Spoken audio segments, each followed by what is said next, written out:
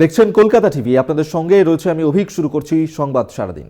গানের স্কুলেই নাবালিকার শ্লীলতাহানির অভিযোগ উঠল। গ্রেফতার করা হয়েছে একজনকে। মুম্বাই থেকে গ্রেফতার অভিযুক্ত গানের শিক্ষক সঞ্জয় চক্রবর্তী। অভিযুক্ত সঞ্জয় চক্রবর্তী প্রখ্যাত সঙ্গীত শিল্পীর ভাই। বেলঘড়িয়াতে 0 এফআইআর ও চারু মার্কেট থানায় অভিযোগ দায়ের করা হয়েছে।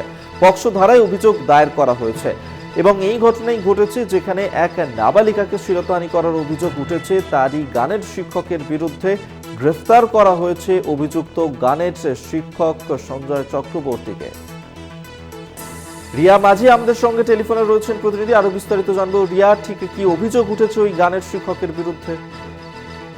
দেখো, তোমাকে জানিয়ে রাখবো যে আচার্য সঞ্জয় চক্রবর্তী, তাকে ইতিমধ্যেই গ্রেপ্তার করা হয়েছে। মুম্বাই থেকে গ্রেপ্তার করেছে কলকাতা পুলিশ, কারণ বেলঘড়িয়াতে একটি 0 এফআইআর হয় এবং তারপরেই সেটি রেজিস্টার হয় চারু মার্কেট থানাতে।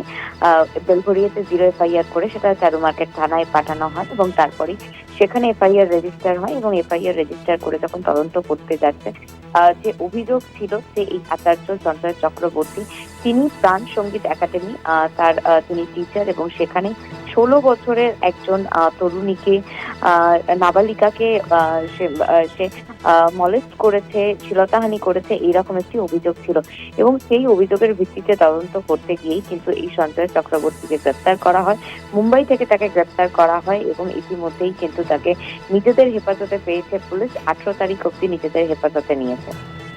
ধন্যবাদ তোমায়। রিয়া মাঝি আমাদের সঙ্গে টেলিফোনে ছিলেন প্রতিনিধি।